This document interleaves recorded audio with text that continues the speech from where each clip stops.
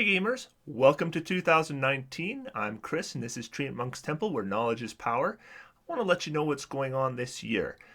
So last year I did a few guides. I did a guide for Trickery Clerics and I told you guys what you want to do with a Trickery Cleric is you want to focus on spell casting, not on weapon use. Then we made a Valor Bard guide and I told you again, we need to focus on spell casting, not on weapon use. The comments I kept getting were, we want a build that uses weapons. We want specifically we want builds that use spells and weapons. We call these Gish. Gish is a spellcaster that uses weapons, usually an arcane spellcaster, but you can technically call a divine spellcaster a Gish too. So this is going to be the season of the Gish. I'm going to give you guys lots of Gish builds. Today we're going to be talking about a jack-of-all-trades build that uses versatility to switch between using ranged weapons and melee weapons and spells with relative ease and a lot of resources available to do those for an extended period of time. Then we're going to be moving on to what I call the ultimate Spellblade build.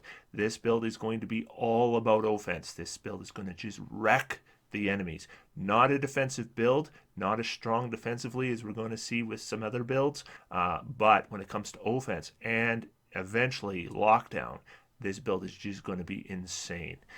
Then we're going to move on from there, and I'm going to bring you a Gish build that is more of a defensive build, using that one level Hexblade dip and jumping into Paladin and see what we can do with that. Then we're going to be looking at the Hexblade itself. What about a straight Hexblade? Do we really just need to dip one level of Hexblade, or does 20 levels of Hexblade actually look good? Let's build a Hexblade to 20th level one by one and see what it looks like. Finally, let's go for the classic Gish. And the classic Gish is the Eldritch Knight. The Eldritch Knight I particularly think makes a good spell bow. Maybe the best spell bow there is. So when it comes to the ultimate archer, I think the ultimate archer is a Gish, the Eldritch Knight. I think it's better than the Arcane Archer. I think it's probably even better than the Battlemaster, though the Battlemaster actually makes a really nice archer too. But we're going to look at the Eldritch Knight because this is the season of the Gish, and we're going to make the ultimate archer with the Eldritch Knight eventually. So that's what's coming up on this channel. Hope you like it. Today we're going to talk about Jack of all trades. So here we go. Today I want to talk about a new kind of build, the Jack of all trades build, what I'm going to call the ultimate Jack of all trades build. And the best Gish is one that can seamlessly go back and forth between using weapons and using spells. This character will be able to do that. This build we are going to work on today uses a bow very well, uses a melee weapon very well, has great maneuverability, has good defense, and can switch into spellcasting with relative ease. And it's not going to be using all its spellcasting just to fuel its martial capability. And that build will be mixing Hexblade with College of Swords Bard. So that is how we are going to make this Jack of all trades build. So you ready to go? Well, then let's get started.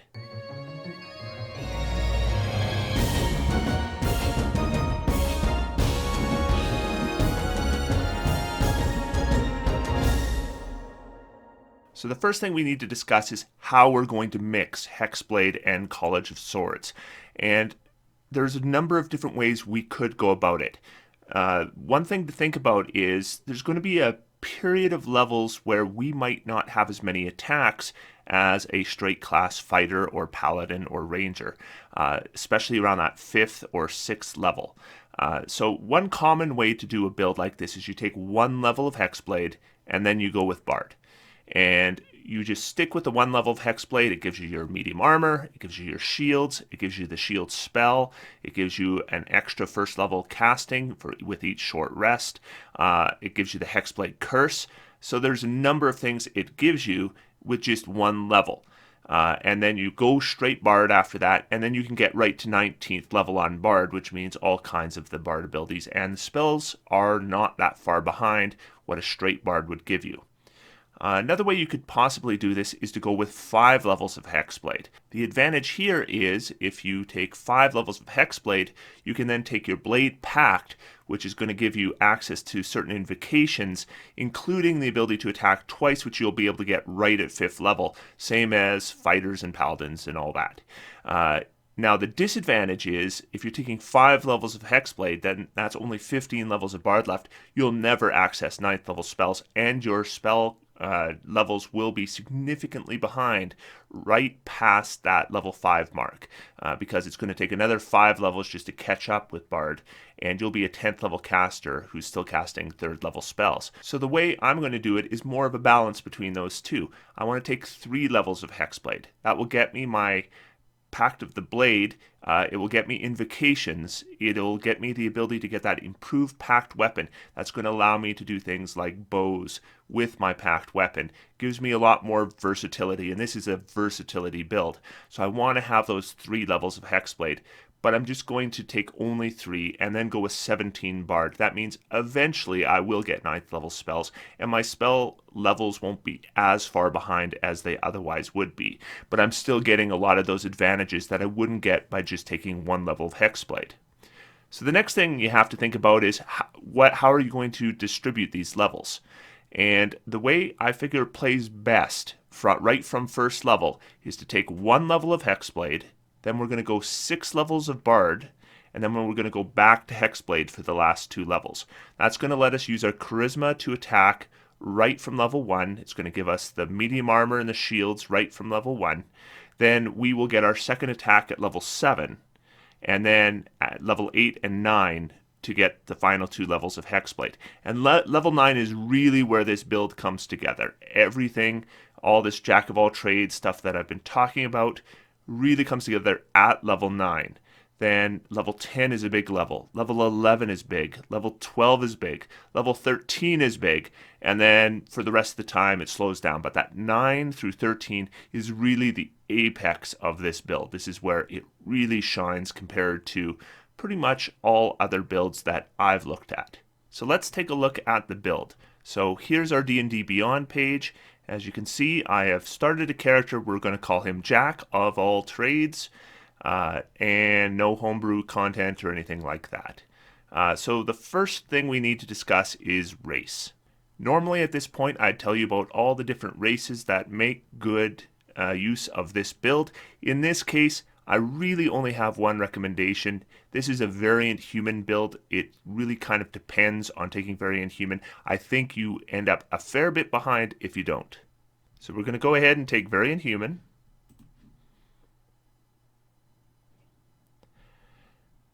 As for language, we don't care, so I'm just going to go ahead and pick Celestial.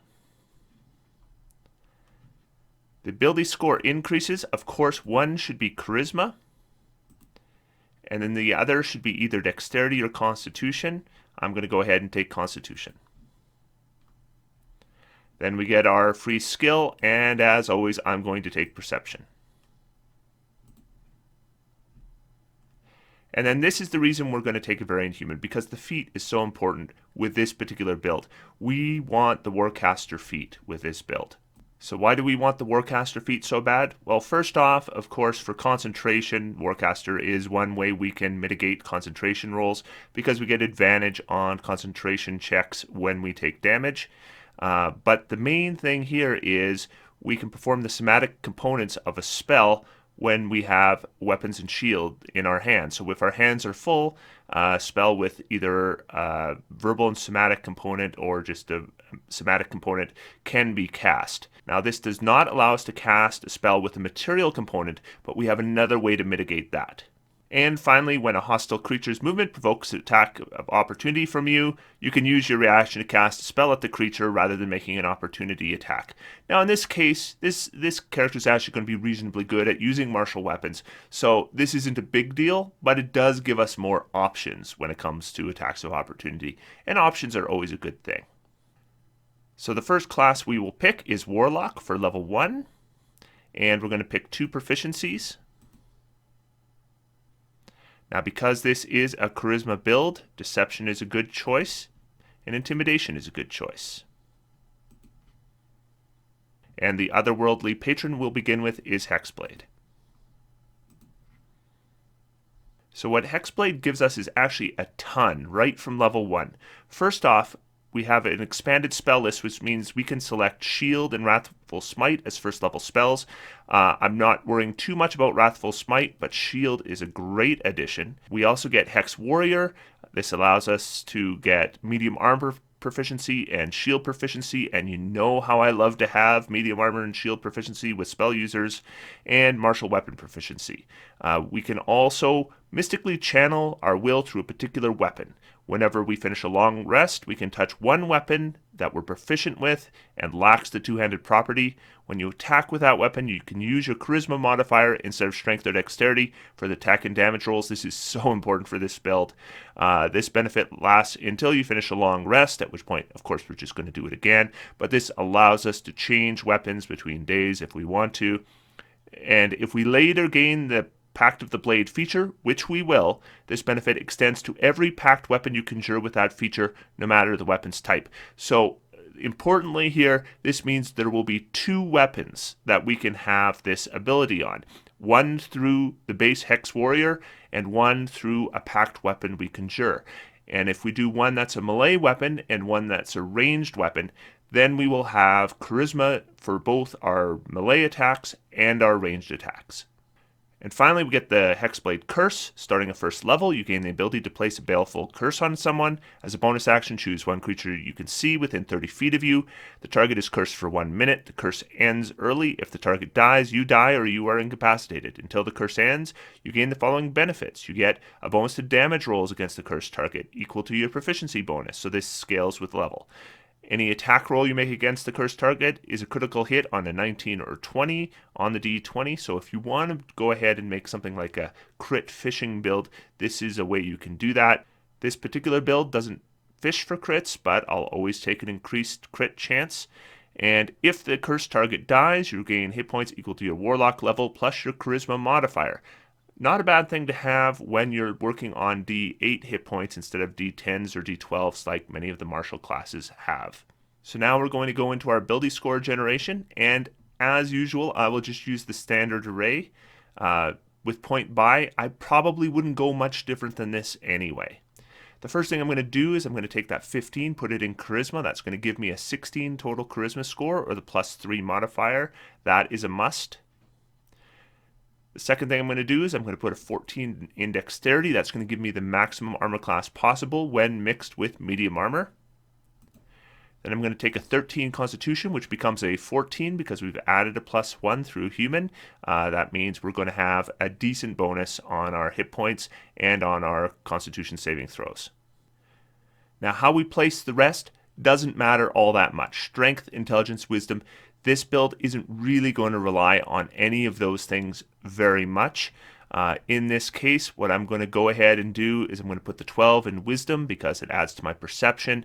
Also, wisdom saving throws are more common than intelligence or strength. And I'm going to go ahead and take the 10 and put it in strength and the 8 in intelligence. You can go the other way around. It really doesn't matter. If the 12, the 8, and the 10 can go pretty much wherever you'd like them to go. So now we're going to pick a background. In this case, I'm just going to go ahead and take the same background I took with the character I've based this build on. And that character is a noble, so I'm going to take the noble background. This is going to give me history and persuasion. I would definitely take a background that gives me persuasion because I already have intimidation and deception, but persuasion is a more common charisma-based skill. This is a charisma-based character. It's good synergy. History is okay. It doesn't really matter. Any background that is going to give you the persuasion is probably just going to give you what you need. Then I get a gaming set. Doesn't really matter. I'll go ahead and just take a playing card set. And one more language, and I got Celestial, so let's take Abyssal. So because I don't want to roll for gold on a video where we could have any result, I'm going to go ahead and just choose the standard equipment for this particular build. And it'll be fine. We'll just assume that as we go up in levels, we can buy the equipment that we're looking to get. But to start with, I can choose a light crossbow and 20 bolts, so I'll grab those. It gives me a ranged option. Then I can choose a component pouch or an arcane focus. Whenever I get that option, I'm always going to choose a component pouch, especially if I'm going to multiclass, because that arcane focus wouldn't work for my bard spells, but the component pouch will. Then I can choose a Scholar's Pack or Dungeoneer's Pack. I'll choose the Dungeoneer's Pack. I like the list of equipment that comes with it. Then I get leather armor, any simple weapon, and 2 daggers. So I'm going to take the leather armor, and then the weapon I'm going to choose is the spear. I think if we're choosing a simple weapon, the spear is probably my best bet. I can use it two-handed and at least get a d8 damage with it. So now I'm going to choose my spells. I'm going to get 2 cantrips. This character build will want to have Booming Blade. I probably won't be using Booming Blade much past level 7, but certainly at levels 5 and 6, it's really important to have Booming Blade because I'm only going to be attacking once a round during that period of time, and if I want to compare it all to martial classes, I need some kind of additional boost. Booming Blade will give me that. The second cantrip I'm going to take is Minor Illusion. I've talked before about how much I like Minor Illusion. Now, you might wonder why I'm not taking Eldritch Blast. The reason I'm not going to take Eldritch Blast is because this character is going to use bows, so he doesn't really need the Eldritch Blast. And at this point, the Eldritch Blast isn't that good because we aren't adding our Charisma to damage, and we would need Agonizing Blast to do that. That won't be available to us till at least level 7. And by level 7, we're going to be pretty good with the bow. So we're going to be okay without the Eldritch Blast. Then I'm going to pick first level spells, and this is pretty much a runaway. I'm going to take Shield for the defense, and I'm going to take Hex for the damage. Now it's important to note that at this level we can only cast 1 first level spell between short rests. Normally I will probably use that on Hex, increase my damage first, because damage isn't that great with this character without it. So here's our character. For first level, it's a decent character. We've got 10 hit points. Armor class is terrible. But if we can get better armor, that will improve. We can technically get that quite high if we were to get armor and a shield. But for now, armor class isn't so good, which means I'll probably be relying on that crossbow and the spear. The crossbow is using a +4 to hit right now. The spear will actually have a +5. It only says +2 on here, but it will be +5 because we'll be using our charisma. So it will be doing d8 +3 damage, +5 to hit, and then if we use a hex spell, then an additional d6 damage. So offensively, not bad. So now we're going to go to level 2, and we are going to multiclass right away into Bard. As a Bard now, we're going to add an additional proficiency. I'm going to choose Stealth. Now, technically speaking, I'm probably going to be wearing armor that's going to give me disadvantage on Stealth, though I could choose to wear a breastplate that wouldn't give me disadvantage on Stealth. But even with the disadvantage, sometimes you just need to roll Stealth, and the higher the bonus, the less that disadvantage is going to hurt me. Then I'm going to choose a musical instrument. Really doesn't matter what I pick. I'm going to go ahead and just take the horn.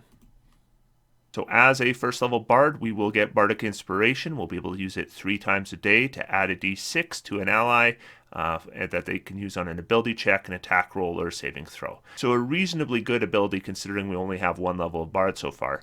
And now we're going to pick our spells. So first I'm going to pick my cantrips, and the first cantrip I'm going to pick is Light, because I am a human and I can't see in the dark. Light is pretty much a necessary cantrip for me to have. The second one I'm going to pick is Prestidigitation. Really good cantrip, does a lot of different things. I'm not going to go through the cantrips right now, you know what they do. So now we're going to go into known spells. I get to pick 4 spells. It's important to note though, I am only going to get 2 castings. Plus I have the 1 Warlock casting. So that's 3 castings a day. I already have Shield. I already have Hex. I'm very possibly casting those already. So there's not a lot of real spell slots here, even though I have spells known. That makes ritual spells particularly attractive right now. So I'm going to go ahead and pick some ritual spells. I'm going to pick Comprehend Languages. I'm going to pick Detect Magic. And I'm going to pick Unseen Servant. The final spell I'm going to go ahead and take is Dissonant Whispers. Dissonant Whispers is a very good spell for bards.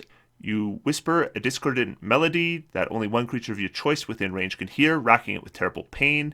It makes a wisdom saving throw. On a failed save, it takes 3d6 psychic damage, which is decent damage for a first level spell, and then it must immediately use its reaction, if available, to move as far as its speed allows away from you.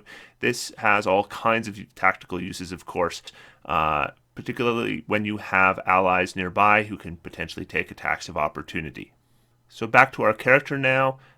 We've got okay hit points for the level. At this point, I've added on some of the equipment that we would expect to get at some point. Maybe not at second level, maybe it might be third level. One nice thing that's happened now, of course, is we're combining packed spells and regular spell slots.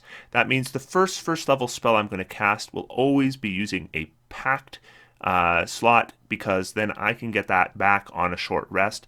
Then the spell slots are the ones I use last. So I'm going to jump this character by 2 levels. So we're going to go right to Bard 3. This will give us our chance to get our College of Swords. Because we took College of Swords, we are going to get a fighting style. The fighting style I recommend is dueling. Then we're going to get expertise in 2 skills. The skill that I will naturally pick first is Perception. This is not a wisdom-based character, so expertise in perception will give me a good score in that ability. The second thing I'm going to pick would either be normally persuasion or stealth. You could choose. Like I said, we'll probably have disadvantage on stealth, but you throw expertise on top of stealth and a decent dex. Even with the disadvantage, you'll have a half-decent stealth ability. I'm probably going to pick persuasion, just to really kind of specialize in that. This is a charisma-based character. Let's be really good at a charisma-based skill. Going into spells, we now have second level spell slots. In fact, we have a pretty decent number of spells now, because we're going to have that packed spell that we're going to get back on a short rest. Plus, we're going to have 4 regular first level slots and 2 second level slots. So that's 7 slots, even if you don't get any rests at all. And then each short rest you get above that will be an additional first level slot. Now, I talked a little bit about this with my Valibard guide, but for my second level spells, I will be taking Shatter and Suggestion. For pretty much the same reason. Shatter gives us an option that we didn't have before, as in a ranged area of effect attack. And then Suggestion is just a good spell. It has lots of uses inside and outside of combat. A couple other things to go over. We now have Jack of all trades. That means we can add half our proficiency bonus to any ability check. This includes things like initiative. We now have the Song of Rest, which helps our allies regain extra hit points whenever we take a short rest. And this is an important thing as well. If you're proficient with a simpler martial melee weapon, you can use it as a spellcasting focus for your bard spells. That means, again, we can be holding a shield and a weapon. Now, with Warcaster and a spell focus in our main hand, we're good with verbal spells. We're good with verbal somatic spells. We're good with verbal somatic material spells. The only spells we cannot cast with our hands full now are ones where the components either have value or are consumed. Everything else we can cast. We don't have to worry about it, except if we take warlock spells that require material component. We still can't cast a warlock spell with a material component because we can't use the spell focus from Bard for warlock spells. And I should have mentioned this before, but let's mention it now. With Booming Blade, the material component is the weapon. So we're okay for casting Booming Blade with our hands full. Minor Illusion requires material component, Bit of Fleece. That means we need to be able to access our component pouch, which means we would have to put our weapon away. Hex, also a material component that will require us to use our component pouch. Again, we will want to have our weapon away when we cast Hex. Now, in the first round of combat, you can use your bonus action to cast Hex, interact with an object to draw your weapon, and then attack. And then finally, Shield doesn't have a material component. It has a somatic component. That means using Warcaster, we can cast the Shield spell. So here we are at level 4. We can see this build is starting to come together. Now we have look how many skills we have. There's bonuses pretty much all the way down, going anywhere from +7 down from there. We have a great armor class. Our perception score is quite good. We are able to use a longsword pretty effectively in combat. We can use our blade flourishes. If we look at our spells, we can see we have quite a number of slots available. We have 2 second level slots, 4 first level slots, and that pack slot, which again means the first spell you cast should always be the pack spell, regardless of whether it's a bard spell or warlock spell you're casting. So here's the big deal about becoming a College of Swords bard. is the blade flourish. The blade flourish gives us, whenever we make the attack action on our turn, our walking speed increases by 10 feet until the end of the turn. That doesn't require any resources. That's an unlimited use thing. But it requires you to use your action to do it. So if an opponent is more than 30 feet ahead of you, that doesn't mean you get 40-foot movement and then take the attack action. You have to be able to take the attack action first. But what it will allow you to do is if you drop an opponent with an attack action and then you want to move to another opponent, you will have that additional 10 feet of movement. Then the second thing is we can use our uses of inspiration. When we hit an enemy with an attack, we can use an inspiration to do one of 3 different types of what they call a blade flourish. Now, although they call it a blade flourish, this can be used on any weapon attack. That means you can use it on bow attacks, you can use it on melee attacks, so there's versatility. The first one is my favorite, defensive flourish. We use 1 use of bardic inspiration to cause the weapon to deal extra damage to the target you hit. The damage equals the bardic inspiration die, so it's going to be a d6 at this level, but it also scales with level. And then you also add the number rolled to your armor class until the start of your next turn. So now we have a 19 armor class, but if we use a defensive flourish, we can expect that to be in the 22-23 range.